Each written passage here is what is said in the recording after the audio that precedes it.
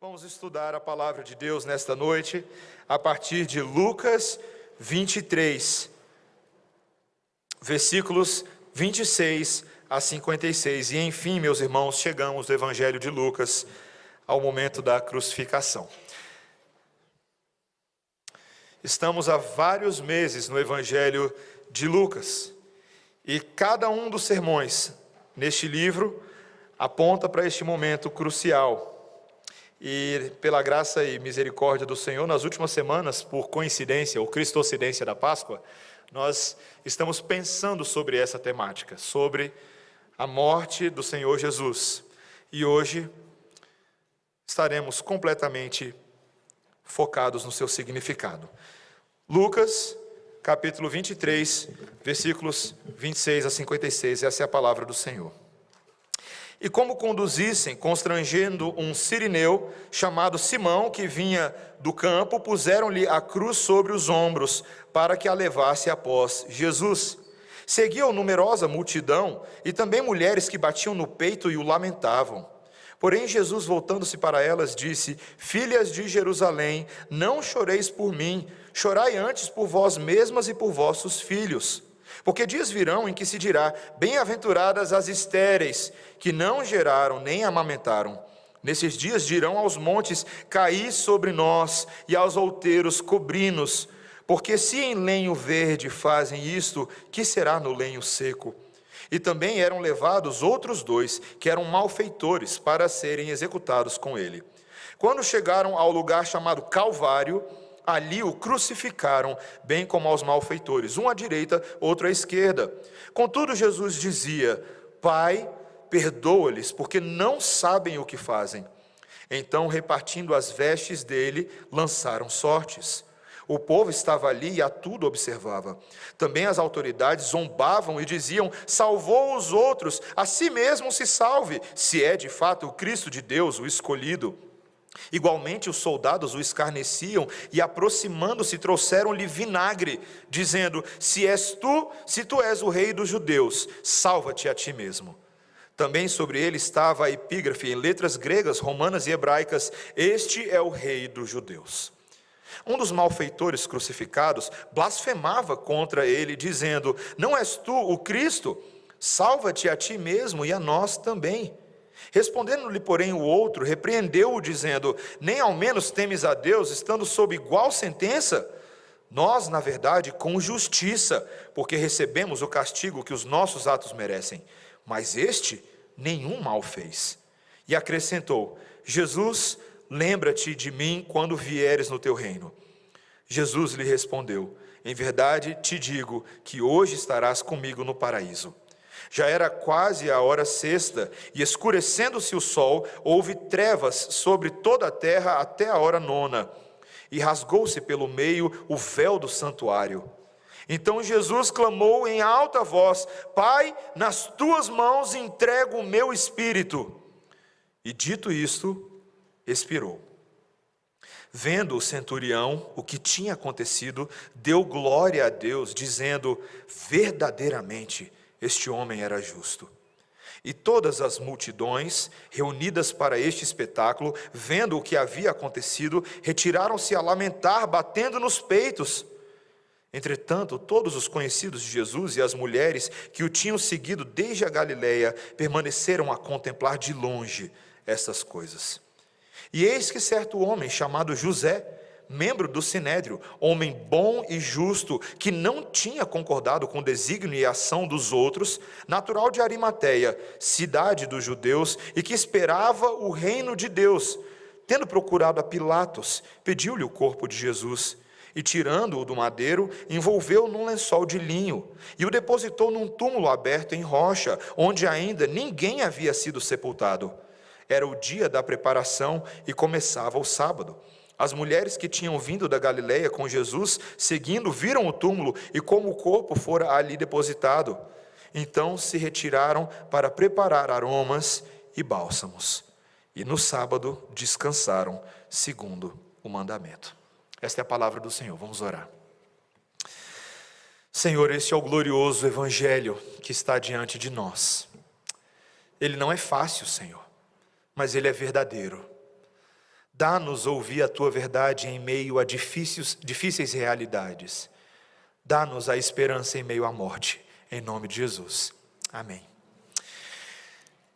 Caveiras. Houve uma época em que elas eram mais assustadoras e significativas. A pós-modernidade, meus irmãos, ela tem uma habilidade de transformar antigas idiosincrasias em novas roupagens. Hoje tem caveira fofinha, tem caveira rosa, tem adesivo de cadeira na mochila, tem colar de caveira, tem cupcake de caveira. Eu estava assistindo um programa de televisão esses dias e a mulher fez um cupcake de caveira no programa. Mas historicamente, meus irmãos, caveira é morte. E nunca foi muito diferente disso. Quando eu era pequeno, eu nunca fui fã de caveira, meus irmãos. Quando eu via, fosse na bandeira do pirata, fosse na aula de anatomia dentro de biologia, fosse especialmente em filmes de terror que nós assistíamos escondidos, ninguém gosta de caveira. Curioso, né? É tão curioso, falando de biologia, que apesar da caveira estar dentro de nós, porque é a nossa própria estrutura óssea, a imagem da caveira nos remete à nossa mortalidade. O caráter transitório e passageiro da vida.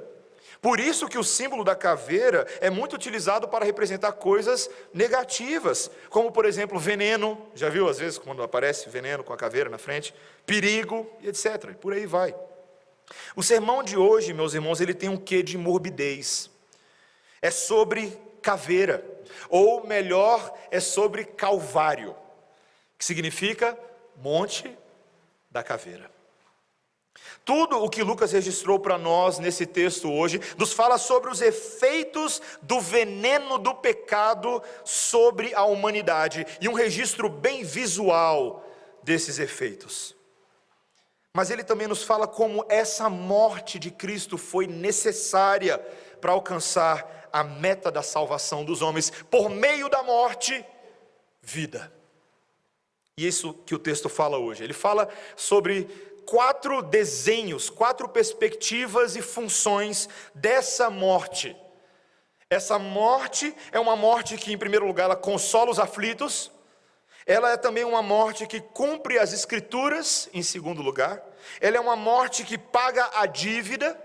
E ela é uma morte que não é o fim.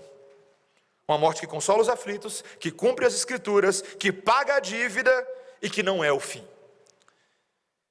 Uma morte que consola os aflitos.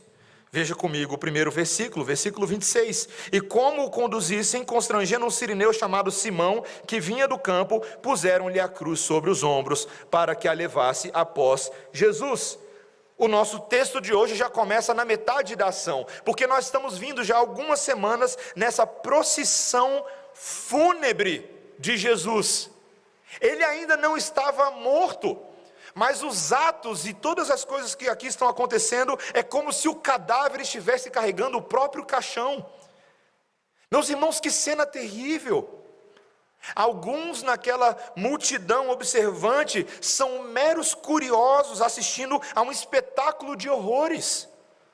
Gente interessada em qualquer coisa que traga novidade às suas rotinas entediantes. Você já viu esse tipo de gente? Quando está acontecendo alguma coisa junto àquelas pessoas? É o que está acontecendo aqui. O povo vai para a rua com pipoca na mão para ver o que está acontecendo. Mas o caminho do Senhor Jesus Cristo é um caminho árduo. O texto nos diz que lhe é dado um ajudante, um homem é convocado, Simão Cirineu, a respeito de quem nós não sabemos muito. Mas um homem que agora passa a simbolizar uma parcela da população que não está zombando de Jesus, mas uma parcela que se preocupava com Jesus. Não somente ele, mas logo a seguir, nos versículos 27 a 32, nós temos aí algumas mulheres que estão preocupadas com Jesus, que estão lamentando, estão preocupadas com a sua integridade física e com a proximidade da morte. Mulheres chorosas. Mas é tão interessante, meus irmãos, o que está acontecendo aqui, que enquanto o Senhor Jesus Cristo está ali carregando essa pesada cruz, Ele olha para essas mulheres e Ele que demonstra preocupação por elas. Ele que passa a consolá-las. Ele fala, não chorem por mim, chorem por vocês mesmas e chorem pelos seus filhos, porque haverá dias que algumas de vocês virão a pensar, era melhor que nós tivéssemos sido estéreis. e não amamentássemos. Lembre, o Senhor Jesus Cristo está resgatando aquela profecia que ele deu alguns momentos antes, falando sobre a destruição de Jerusalém que se aproximava. Não era somente o Senhor Jesus Cristo que estava lidando com a morte, todos aqueles judeus lidariam com a morte.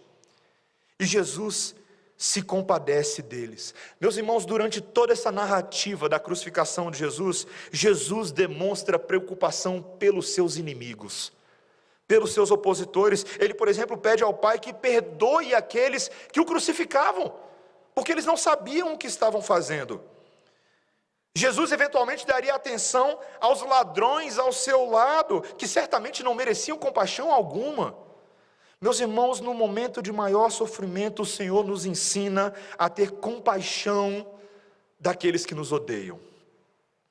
É curioso, Jesus não se utiliza da sua própria situação sofrível e legítima como uma justificativa para não amar.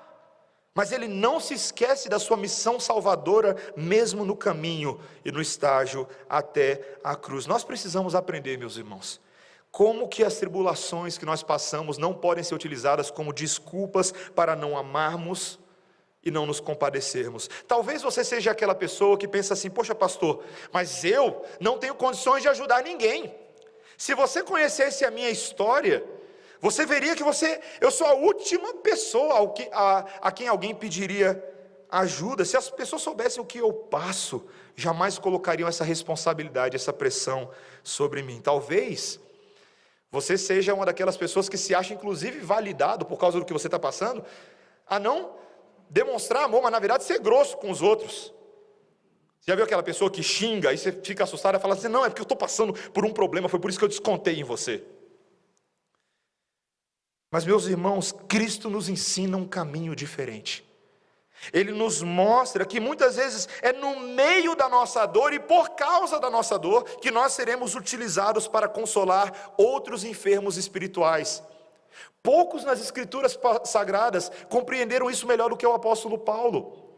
Ele era um homem de dores, um verdadeiro homem de dores, que sofreu absurdos por causa do Evangelho, perdeu amigos, perdeu reputação, todas as coisas por causa do reino.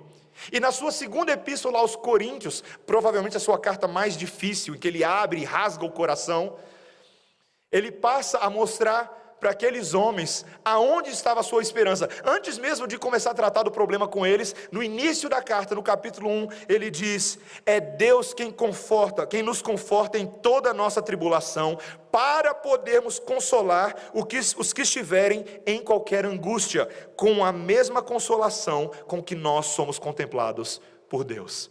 Você está vendo? Paulo está vendo que todo o problema que ele está passando com aquela igreja era a oportunidade que Deus estava dando para que ele os abençoasse. Eu não sei se isso já aconteceu com você antes.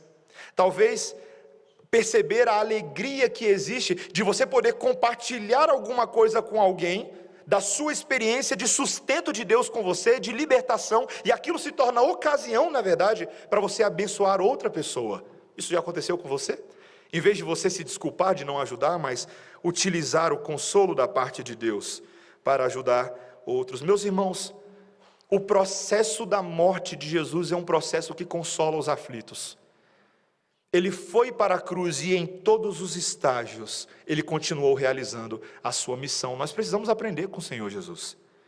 Mas, meus irmãos, em segundo lugar, essa é uma morte que cumpre as Escrituras. É impossível ignorar nesse texto, esse texto ele é muito curioso. Quando eu estava estudando ele na segunda-feira, algo saltou aos meus olhos. Nós estamos lidando aqui com 31 versículos no total, neste texto. Mas é impressionante a quantidade de vezes que os eventos dessa narrativa são aludidos em outros trechos do Antigo Testamento. É impressionante. Por exemplo, quando, o Senhor Jesus Cristo diz no verso 30, dirão aos montes, caí sobre nós, e aos outeiros cobrir-nos, ele está citando o cumprimento de uma profecia de Oséias 10:8.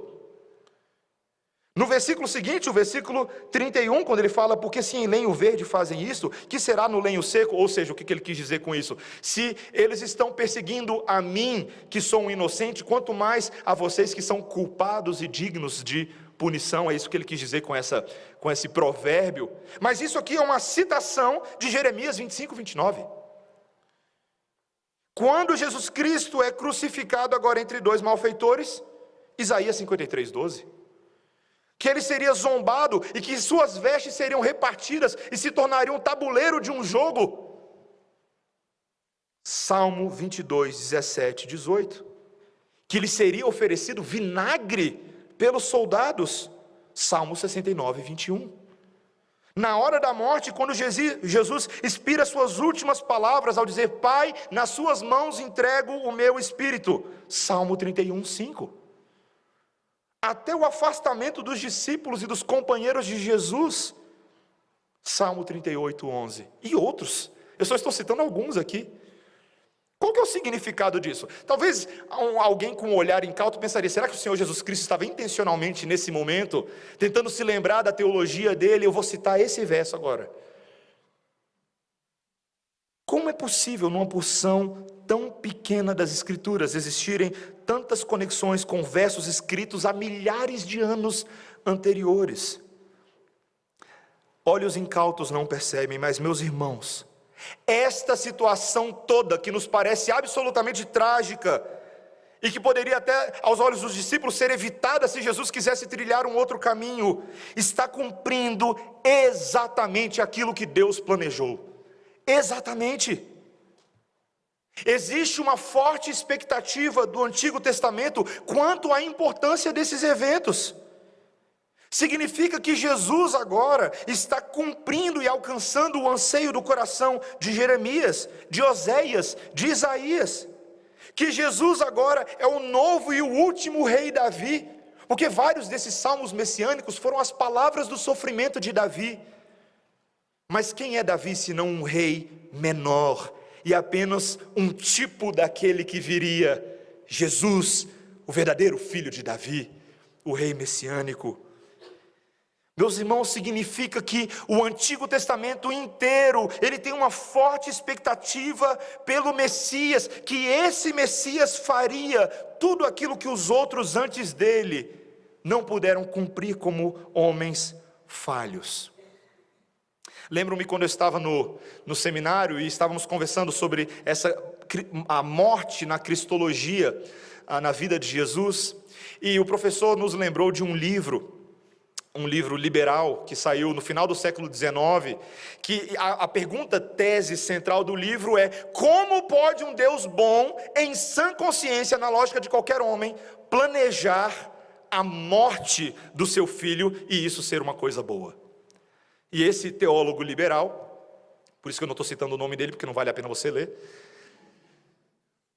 mas ele defendia nesse grande calhamaço de que essa ideia tornava o Deus da Bíblia um Deus mau e não um Deus bom. Que pai é esse de Isaías 53, que em sã consciência colocaria o seu filho para enfermar e moer numa cruz? Quem planejaria uma coisa dessa? Os irmãos já ouviram falar de apóptose? Alguém já ouviu falar de apóptose? Apóptose, é engraçado que eu vou falar sobre isso. Apóptose é a morte celular geneticamente programada que o nosso corpo faz. Talvez você nunca tenha ouvido falar disso, mas alguns aqui eu sei que sabem do que eu estou falando. Ela é diferente de outras destruições celulares que acontecem no nosso corpo, como por exemplo a autólise, que é uma destruição de células por algumas enzimas do indivíduo, ou mesmo a necrose, que é uma simples degeneração. A apóptose é uma autodestruição celular que é ordenada pelo nosso próprio corpo com uma finalidade biológica definida. O nosso corpo destrói essas células para alcançar um objetivo maior. Ela, por exemplo, é importante na reposição fisiológica de alguns tecidos, na atrofia dos órgãos, na resposta inflamatória do nosso corpo, que na verdade é uma defesa. Você sabia que quando você fica com alguma parte do seu corpo inflamado, na verdade aquilo é uma defesa do seu corpo. Você está lá reclamando da sua inflamação, mas aquilo é proteção de Deus na sua vida. E a apóptose tem a ver com isso. Ela é responsável pela eliminação de células inúteis depois de um dano celular, células que não podem ser restauradas. E meus irmãos, ela é um processo importantíssimo na saúde dos linfócitos, para que não se transformem em células cancerígenas. Ou seja, é por causa da apóptose que eu e você não pegamos câncer com facilidade. Por causa de uma morte celular programada. Meus irmãos, é por causa da morte de Jesus programada que eu e você não morremos no câncer do pecado. É porque o Pai concebeu esse momento na história. É porque as Escrituras apontam de Gênesis a Apocalipse para esse momento, que nós estamos vivos e não mortos. Era necessário que tudo isso acontecesse dessa maneira. Significa que Deus sabe o valor desse evento. E que Deus também é absolutamente fiel e poderoso para cumprir exatamente tudo aquilo que fora dito por boca dos profetas. Você já parou para pensar sobre isso? Sobre o cumprimento profético minucioso de cada uma dessas palavras no passado. Significa, meus irmãos, que Deus não apenas sabia que essas coisas aconteceriam e antecipou por predição, mas que Ele decretou o seu acontecimento. Meus irmãos, como é importante nós sabermos que Deus tem esse poder, sabe por quê? Porque às vezes eu e você, no dia a dia aqui em Brasília, a gente se sente como se a gente estivesse morrendo, não é verdade? Você já teve essa sensação? Que você está tão atribulado, seja pelas suas concupiscências internas, seja por problemas externos, é família, é papagaio, é conta para pagar, é imposto de renda, é um monte de coisa para fazer, e nós nos sentimos como que morrendo, como se esses eventos fossem aleatórios na nossa vida, randômicos. Não são. Toda morte que acontece no nosso dia a dia é planejada por Deus para o nosso crescimento. Paulo entendeu isso quando em Romanos 8 ele diz: nós somos entregues por amor de ti à morte todos os dias, para que se manifeste Cristo em nós, para que Ele cresça em nós, para que nós sejamos menos dependentes dos nossos recursos de resolução de problemas, e nos lancemos àquele que cuida das nossas almas eternamente, daquele que nos salva. Quando eu e você achamos que o trem descarrilhou e está sem controle, na verdade esse trem não descarrilhou coisa nenhuma. Deus sabe exatamente o que Ele está fazendo, o que Ele deseja realizar em você, como Ele deseja aumentar a sua fé, como Ele deseja te levar ao arrependimento se você estiver fazendo besteira. Deus está no controle de todas as tragédias desse mundo, até mesmo aquelas em que os homens se achavam tão sabichões por ocasião da morte de Cristo. Atos 2, 23 vai nos dizer que os homens do Sinédrio, quando tramaram, quando elaboraram, achavam que estavam por cima, mas eles estavam cumprindo exatamente aquilo para o qual Deus os designou. Soberania de Deus, responsabilidade dos homens, sem se anular. Esse é um mistério. Mas Deus está no controle. Meus irmãos, Deus está no controle. Deus está no controle. Eu não sei exatamente o que você está passando hoje, que aflições de pecado, eu não tenho condições de conhecer o seu coração, mas Deus conhece. E Deus está no controle, inclusive, para nos ajudar a lidar com essa realidade, com a realidade da morte. Esse é o nosso terceiro ponto. Temos aqui agora uma morte que paga uma dívida eterna. Meus irmãos, a morte de Jesus é, sem sombra de dúvidas, o evento mais trágico da história da humanidade. A Bíblia, ela, não só no Evangelho de Lucas, mas nos outros evangelhos, ela constrói um cenário para a gente que é escabroso das coisas que se sucederam neste momento. Para começar, veja, essa seção que eu estou aludindo são nos versículos 44 a 49. Veja que o versículo 44, ele diz para a gente, em primeiro lugar, que já era quase a hora sexta, e escurecendo-se o sol, houve trevas sobre toda a terra até a hora nona. Os eventos que estavam acontecendo na Palestina foram suficientes para escurecer toda a terra por 3 horas. Toda a terra. Escuridão e trevas inexplicáveis. Você já imaginou as pessoas? Em outras partes do mundo, estava todo dia bonitinho, de repente, pum, interruptor desligado. Eclipse solar, ninguém me avisou. Imagina o susto. O texto nos diz, carregado de peso emocional, no versículo 46, que neste momento Jesus eleva a sua voz, e ele diz: Pai, nas tuas mãos eu entrego o meu espírito. E ele expirou. Eu já passei pela experiência, já contei aos irmãos antes, a experiência de ver uma pessoa dar o último suspiro de vida. Isso aconteceu com a minha avó, eu estava com ela quando ela faleceu de câncer em 2005, 10 de dezembro de 2005. É uma experiência tremenda. Mas se é tremenda com um pecador, imagina o Filho de Deus dando seu último suspiro. A sua morte, meus irmãos, foi algo tão sobrenatural, que o versículo 47 nos mostra que havia ali um centurião romano, um ímpio, e naquele momento ele deu glória a Deus, e reconheceu que Jesus era um homem justo. Um ímpio deu glória a Deus naquele momento, porque a maior injustiça da história da humanidade acabara de acontecer, o crime mais abominável de todos os tempos, mais do que o holocausto judeu nos campos de concentração de Auschwitz, mais do que o tiroteio de Columbine, mais do que o genocídio com armas químicas na Síria, foi a morte do inocente Filho de Deus. O versículo 48 nos mostra que todas as multidões que antes assistiam aquilo como se fosse um espetáculo circense, agora elas se retiram para se lamentar e batiam no peito.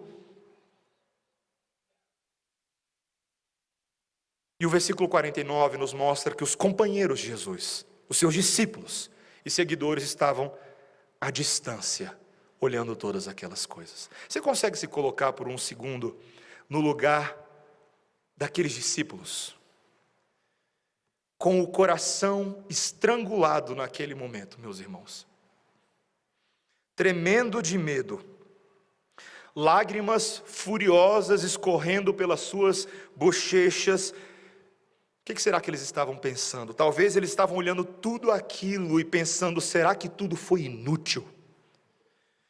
Será que essa foi uma morte meramente simbólica? Será que foi apenas um exemplo de abnegação, mas que não conquistou de fato nada?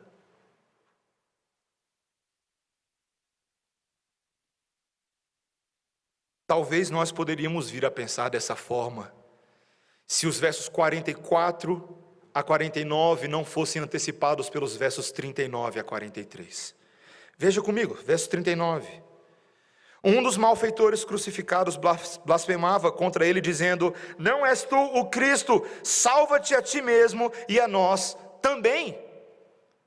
Antes da morte de Jesus, quando ele já estava crucificado, ao lado dele, à direita e à esquerda, haviam outros dois malfeitores, ou transgressores, ou criminosos, dependendo da sua tradução. E são dois homens que compartilham de Jesus agora, com Jesus, de um momento único. Todos eles estão crucificados, um olhando na cara do outro. Que cena curiosa. E um deles começa a dizer: tu não é o Cristo? Por que você não se salva? Cadê? Começa a zombar dele. Só que o outro, no versículo seguinte, começa a chamar a atenção dele. E o repreende, e mostra para ele que ele, na verdade, ele não tem o temor de Deus para reconhecer que aquela posição em que ele ocupa agora é uma justa punição divina. Veja o que ele diz no versículo 40. Respondeu-lhe, porém, o outro, repreendeu-o, dizendo: nem ao menos temes a Deus, estando sob igual sentença. Nós, na verdade, com justiça, porque recebemos o castigo que os nossos atos merecem, mas este nenhum mal fez. E acrescentou: Jesus, lembra-te de mim quando vieres no teu reino. Esse ladrão, meus irmãos, ele reconhece que tudo aquilo que está acontecendo ali com ele, que aquela punição é justa, que ele merecia estar exatamente naquele lugar e Jesus não merecia. Mas ele reconhece mais. Ele reconhece nesse momento que aquele Jesus é verdadeiramente o Messias, porque ele recorre à sua misericórdia. E ele diz: lembra-te de mim. Meus irmãos, nos 49 do segundo tempo, esse homem tem a oportunidade de uma conversa com Jesus, que ele não sabe se vai dar certo, mas ele vira: lembra-te de mim, nesse momento. E Jesus afirma no versículo 43, em verdade te digo que hoje estarás comigo no paraíso. Talvez, meus irmãos, isso aqui poderia ser apenas uma palavra de consolo de Jesus na hora da morte de alguém. Sabe aquela hora que você vai falar alguma coisa para alguém só porque ele está para morrer? E aí você vai falar qualquer coisa só para consolar? Será que o sentimento meramente de Jesus, de piedade por aquele homem, seria suficiente para salvá-lo? Não. Porque na verdade havia uma dívida que aquele homem possuía. Uma dívida contra Deus. Aquele homem havia vivido uma vida lastimável, ele não tinha tempo para reparar nenhum dos seus crimes. Logo, ele também sequer poderia almejar um lugar no céu, não tinha condições. Meus irmãos, aquele homem naquela cruz, ele não é pior do que nenhum de nós. Talvez eu e você temos essa tendência de olhar para o ladrão da cruz e a condenação que ele recebeu e pensar assim, ele merecia mesmo, né? Porque ladrão de vez em quando dá vontade de crucificar. O cara que entrou na minha casa lá, se eu tivesse um prego eu metia na testa dele. Que nem eu já ouvi uma pessoa falar uma vez. Mas meus irmãos, ele é meramente um representante. Um representante de quem eu e você somos aos olhos de Deus. Nós temos uma dívida de valor infinito, que não pode ser paga mesmo se eu e você tivéssemos todos os dias da nossa vida aqui para pagar. Nós não conseguiríamos. Nós somos faltosos, transgressores, criminosos, impuros. Nos faltam, meus irmãos, os recursos morais e espirituais para regularizar ou renegociar essa nossa dívida. Não dá para fazer um parcelamento. O nome já está sujo na praça. O meu nome e o seu estão no Serasa Divino. Não tem como, já era. Então, de que forma, meus irmãos, as palavras de Jesus Cristo viriam a ser verdadeiras para aquele homem? Porque Jesus pagaria a dívida. Aquele homem não tinha dinheiro no banco para pagar, mas Jesus tinha. Ele tinha uma vida perfeita, um recorde sem pecados. Dos 0 anos de vida aos 33 anos de idade, 33 anos de vida, Jesus não deu um pio sequer que ferisse a glória de Deus. Ele não deu um olhar sequer que ferisse a glória de Deus. 33 anos de vida de perfeição. Meus irmãos, Cristo poderia salvar aquele homem porque Ele é o resgatador. Por meio da sua morte, haveria ali agora um pagamento satisfatório, porque Cristo era homem, representante dos homens diante de Deus, numa função sacerdotal. Seu sacrifício seria satisfatório.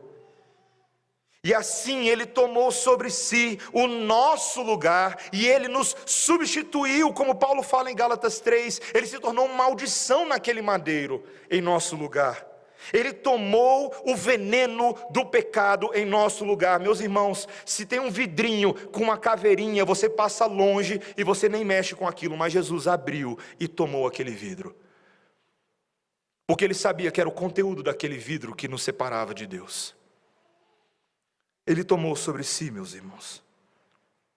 E por isso que nós, dentro da teologia reformada, nós somos ciumentos com a doutrina do sacrifício vicário e substitutivo de Cristo.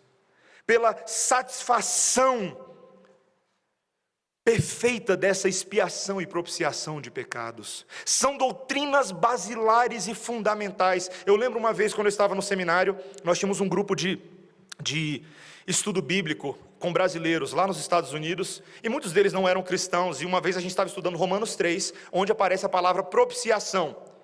E uma moça que estava lá no grupo, ela virou e falou assim, olha, essas palavras aí como propiciação, elas dificultam esse cristianismo de vocês. Não dá para usar uma outra palavra? Não tem uma outra tradução da Bíblia que não tenha a palavra propiciação? Sabe o que eu respondi para elas, meus irmãos? Falei, não dá. Tem que ser essa palavra. Tem que ser exatamente essa. Porque é essa palavra que encapsula o conceito de um pagamento perfeito de uma dívida, de uma oferta aceitável a Deus.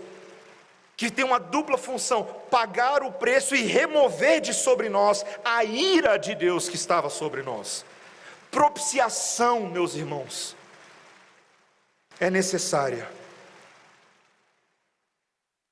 O Senhor Jesus Cristo não salvaria aquele homem e nenhum de nós meramente por pensamento positivo. Te encontro lá no céu, viu? A gente se vê. Não seria assim, meus irmãos. O Senhor Jesus Cristo comprou o ticket de entrada no céu. Você já foi surpreendido com alguém que fala assim: olha, toma aqui uma passagem de avião, pode viajar? Não é todo dia que acontece, né? O Senhor Jesus Cristo, meus irmãos, pela sua morte, Ele comprou o nosso ticket de entrada no céu. E Ele fez isso e Ele coloca nas nossas mãos.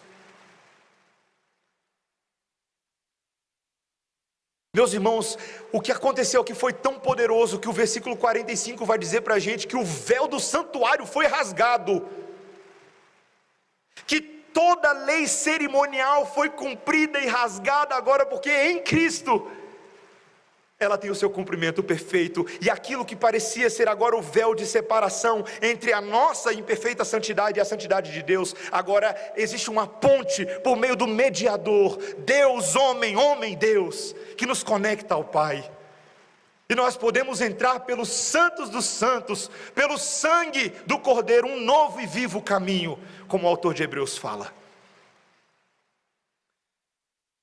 Nós merecíamos essa morte, meus irmãos, mas essa morte pagou a nossa dívida. Geralmente, para a maioria das pessoas, a morte é o fim, mas em último lugar, para a gente essa morte não é o fim, meus irmãos. Essa é a última coisa. Veja que os versículos 50 a 56 agora introduzem para a gente a personagem José de Arimateia, um homem que fazia parte do sinédrio, da liderança dos judeus, porém foi um homem que não coadunou com a maldade daqueles homens. Pelo contrário, José de Arimateia era um homem bom e justo, é o que o versículo 50 nos mostra.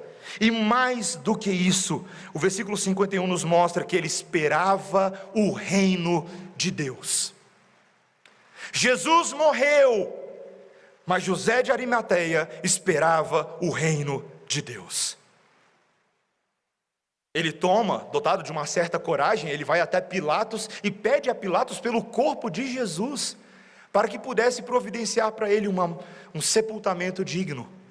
Ele arranja uma sepultura que nunca havia sido utilizada. Era muito comum o aproveitamento de sepulturas naqueles dias, como nós conhecemos nos nossos dias, mas ele pede uma sepultura nova, ele paga por ela provavelmente, e ali ele deposita o corpo de Jesus. As mulheres que acompanhavam Jesus se achegam nesse dia da preparação, o início do sábado, contemplam o corpo de Jesus e se afastam para preparar os bálsamos e aromas apropriados para serem colocados naquele sepulcro. E o texto fecha dizendo que era sábado e eles descansaram segundo o mandamento.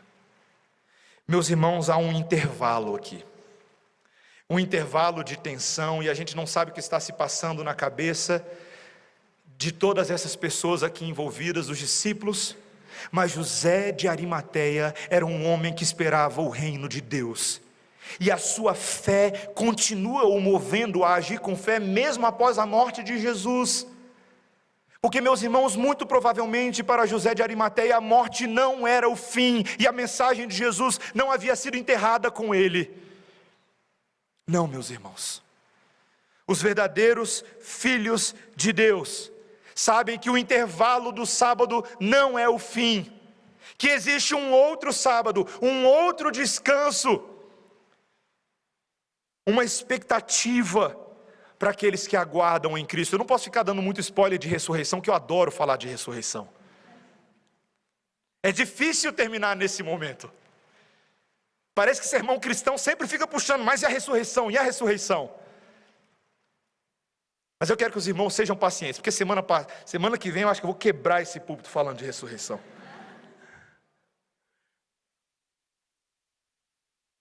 Nesse momento nós estamos falando de caveiras, meus irmãos. de expectativas, de morte que paira sobre as nossas cabeças e cria indecisão, insegurança, aflição, ansiedade, depressão, medo. Meus irmãos, de fato, caveiras são assustadoras, e quando nós olhamos para a nossa própria caveira criada pelo pecado, nós tememos. Elas sempre representam morte. As nossas caveiras do pecado falam da nossa condição espiritual caída. Em pecado nos conceberam as nossas mães. Mas o que é curioso, meus irmãos, é que a realidade do que virá com Cristo dá uma realidade de esperança para caveiras. Caveiras em Cristo podem ser revestidas com novos músculos, com novos tendões, com nova pele, com novos pelos. Há uma expectativa boa para aqueles que confiam nas promessas de Deus, que foram cumpridas perfeitamente até esse ponto, porque não seriam adiante. Um verdadeiro discípulo de Cristo, que dá atenção a todas as palavras que foram faladas por Ele, perceberia a essa altura do campeonato, que se tudo que se cumpriu no passado, até este ponto, se cumpriu, tudo que foi dito no passado se cumpriu, que certamente todas as outras coisas, até as mais impossíveis, ainda se cumpririam também. Meus irmãos, um dos personagens menos conhecidos da turma do Penadinho é o Zé Caveirinha. Ninguém lembra do Zé Caveirinha. Todo mundo lembra do Penadinho, lembra da Dona Morte, mas ninguém lembra do... Se você não sabe o que eu estou falando de um grupo de personagens dentro da turma da Mônica. É o Zé Caveirinha. E o Zé Caveirinha, ele tenta meter medo em quem passa pelo cemitério. Mas um dos anseios mais ocultos do coração do Zé Caveirinha é que ele quer ter um corpo novo. Ele anseia por isso. Meus irmãos, as caveiras do pecado podem até tentar meter medo, mas adoram a ideia de um corpo novo. E em Cristo, caveiras passam a ter um corpo novo, glorificado, que é segundo a imagem do Filho de Deus. Esse texto que nós estamos lendo hoje à noite, ele nos encerra convocando a seguirmos Cristo até o local da caveira, a não acharmos que o Calvário não é para nós, o Calvário só pode ser para nós, porque nós merecíamos aquela caveira, nós merecíamos aquela cruz. Mas meus irmãos, a morte de Jesus é o início de uma nova existência para muitos mortos hoje à noite aqui. Tem muito morto aqui, tem muito morto. Mortos que nunca conheceram o Senhor da glória, estão verdadeiramente mortos. E mortos que se sentem mortos mesmo já pertencendo a Cristo. Meus irmãos, creiamos naquele que hoje à noite pode nos salvar. Aquele que vai ressuscitar semana que vem. Não, perdão, já ressuscitou. Ele já ressuscitou. E se o seu coração se encontra no intervalo de sábado, lembre-se do domingo. Lembre-se do dia da ressurreição. Conforte-se na esperança, mesmo que eu e você hoje já estejamos em Cristo, sabemos que nem todas as coisas se cumpriram ainda, e por isso ficamos nessa ansiedade. Lembre-se que todas as coisas que no passado se cumpriram, continuarão se cumprindo perfeitamente. Ele voltará, e Ele nos glorificará. Vamos orar, irmãos. Senhor Deus, nesta noite nós temos a dura realidade da morte. Todos neste mundo morrem. E morrem por causa do pecado de Adão. Morrem por causa da transgressão, da desobediência. Mas, Senhor, todos os que estão em Cristo vivem. Vivem não porque nós conseguimos nos ressuscitar, mas porque Ele nos ressuscitará no último dia. Nós que morremos podemos viver, Senhor, que a esperança da glória console os nossos corações nessa noite. Que a cada um de nós que estamos sendo entregues à morte todos os dias, possamos nos lembrar que nem morte, nem vida, nem anjos, nem principados, nem coisas do presente, nem do porvir, nem poderes, nem altura, nem profundidade, nem qualquer outra criatura poderá nos separar do amor de Deus que está em Cristo Jesus. Dá-nos condições de lembrar disso, em nome de Jesus. Amém. Vamos ficar de pé, irmãos. Vamos cantar ao nosso maravilhoso Deus o belo hino, aflição e paz. Se paz a mais doce me deres gozar.